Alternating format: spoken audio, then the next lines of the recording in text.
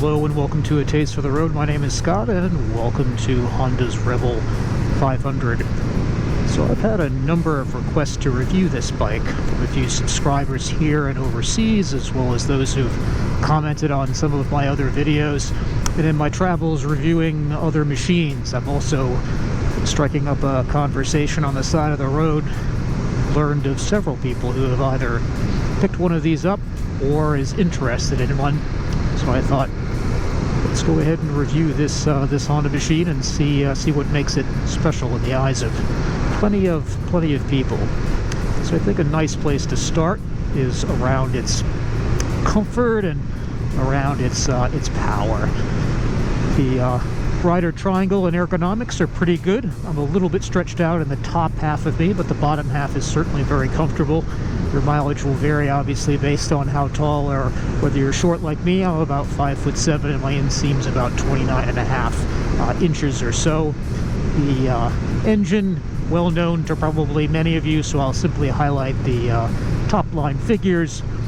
About 45 horsepower at a little over 8 grand. Almost 33 pound-foot of torque at around 6K or so.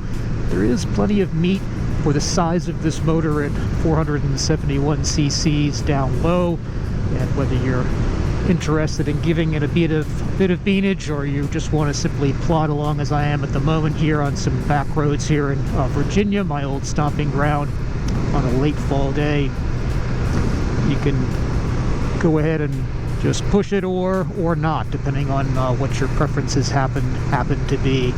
This thing is the motor that is in a lot of applications, whether it's the 500X, etc. Put a little bit of oil in it every once in a while, and the thing is basically bulletproof.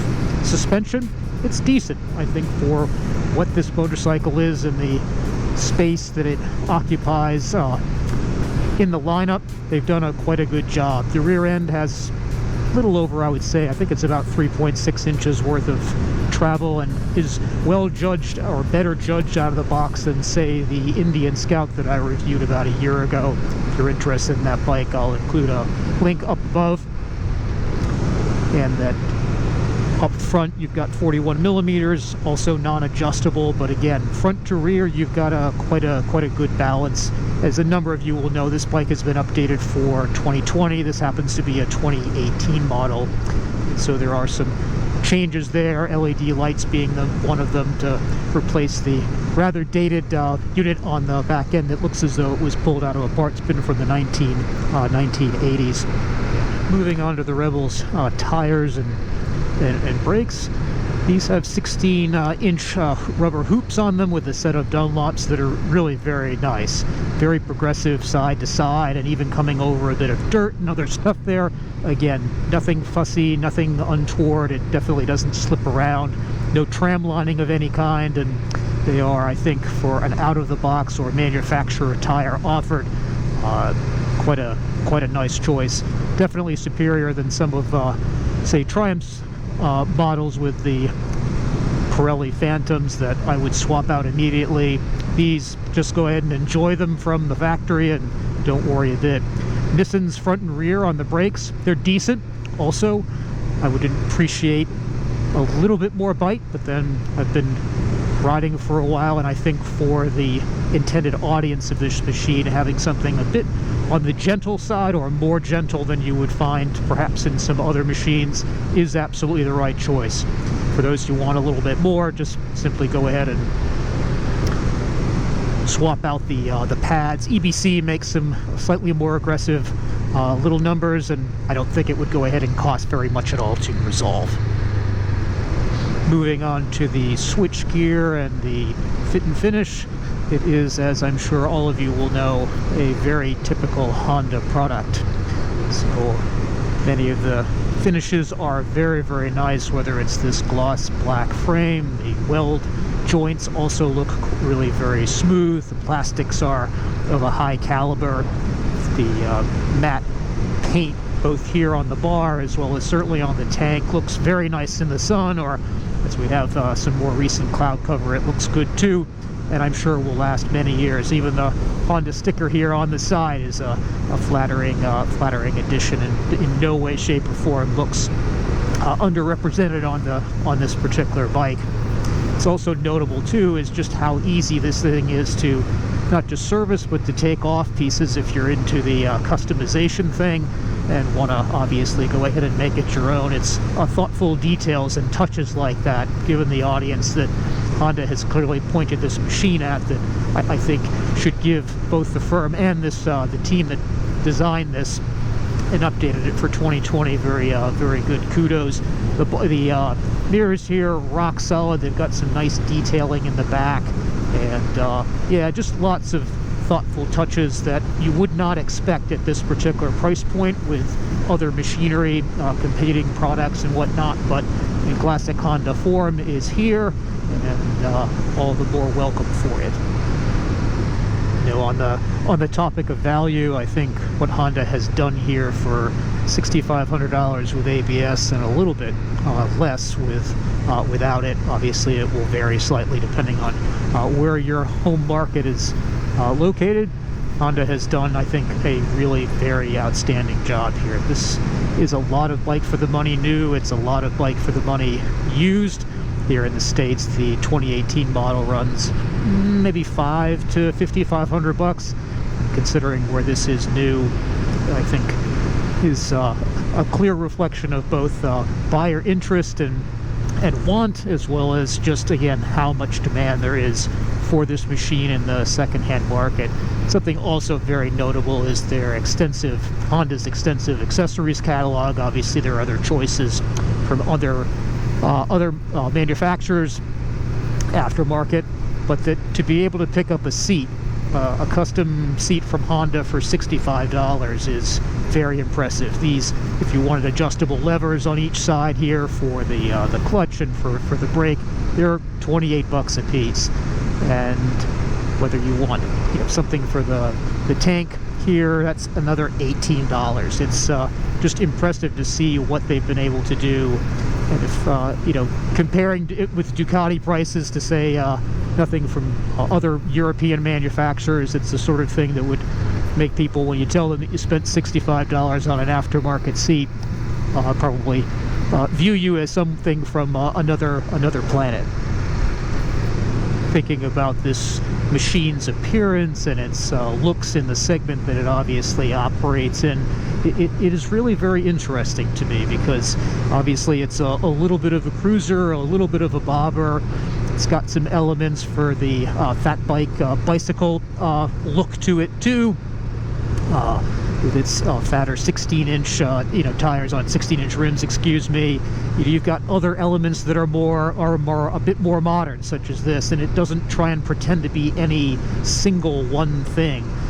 And yet, despite those challenges, given how polarizing people can feel about particular segments of the market and what they want, I give real kudos to the design team for bringing elements together from different or disparate parts of the motorcycle community in a way visually that is very flattering and yet unique as well, and practical. So this is a seat height of about a little over 27 inches, but feels actually quite a bit lower than that, in part because it has such a very, very narrow waist. So for those of us on the smaller side, it's particularly welcome.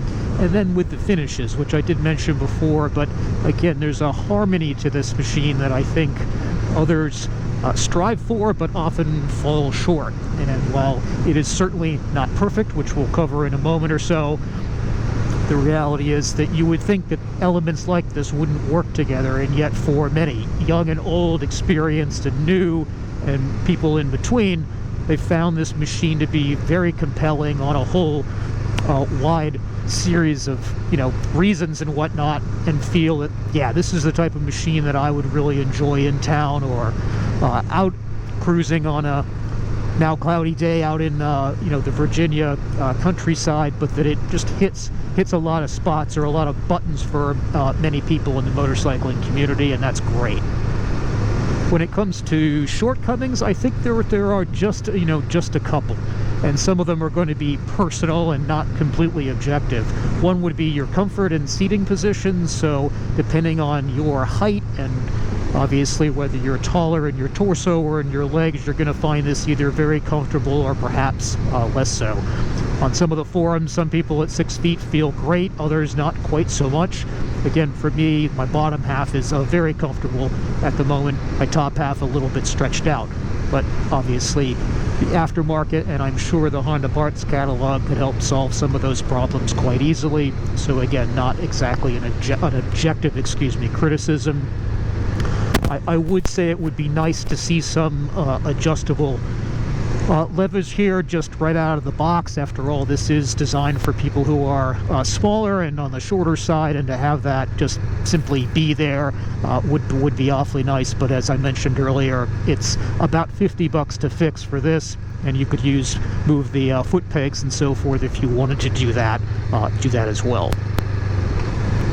So to sum up Honda's 500 Rebel, it's a really easy machine to ride, and I think is a perfect mix for those who are new to the sport and just being introduced to the pleasures of getting out on a day like today to go cruising around, or if you happen to be commuting in the city, as a few of my subscribers do in Washington, D.C. The fact that it's, again, a Honda, so you've got great reliability and build quality. You can just feel good about the purchase, whether it's brand new or it happens to be used. It's frugal and practical. That, just under 3 gallons here, it easily gets 60 miles to the gallon, and so I think if you even pushed it, you could probably get 200 miles out of a tank, which is really excellent. And in town, again, with commuting and other situations, it would mean you're not really filling up very often, and it's very affordable, at least here in the States anyway. I think on top of that, the appearance and just the visual appeal that it has for so many people. It has elements of several motorcycle genres, and yet is able to bring them together in a visual, package that is very nice and gentle on the eyes. Whether it happens to be this color combination, there are a couple of others, and of course I believe they've updated a few for the 2020 model year, which is very nice. I would say that it's quite a comfortable machine for what it is to ride. The suspension, particularly the rear end, basically fights above its weight for what it is and is comfortable out of the box. I wouldn't feel the need to go ahead and start fiddling and updating it in any way. I could, enjoy it just as it is. And I think the thriving community that is around this machine worldwide is also worth noting too, with all of its enthusiasm and extra accessories and just ways of going ahead and enjoying this machine. Again, whether you are new or experienced, you're a man or you're a woman, wherever you happen to be, there's just a lot that this machine has to offer. There are some shortcomings. Most of them, though, are really very small and niggling. I think for those who might have bigger ego needs, this machine isn't going to appeal, but it simply wouldn't be under consideration anyway, so I don't think it's going to be something where that's in any way a negative per se, just a personal choice on the part of some. But I've had it's been nice to get to know this machine on the back roads of Virginia, again, roads that I know well and what to expect in terms of pavement quality, etc. And this has been definitely a machine where it has hit many high points, and I can understand why people are so excited about it and enjoy their machines for, plenty of mileage, or expect to own it for some time. So I hope you found this video enjoyable and informative. Please give me a like if you can, subscribe if you'd enjoy being alerted to new videos. Don't forget to hit the little bell, which we all notify you to, or ask you to do that. Most importantly, please go out and create your own adventure, whether it is to see something that you do know in a new way or something completely new, and share that with us in the comments below. That's very important for the community, particularly in this environment where things are more challenging. Getting out to enjoy some of the countryside, as we have been able to do today, is, I think, really good for the soul, and good to be sharing with other people. So with that, I think I will bid you adieu, and I will see you in the next video.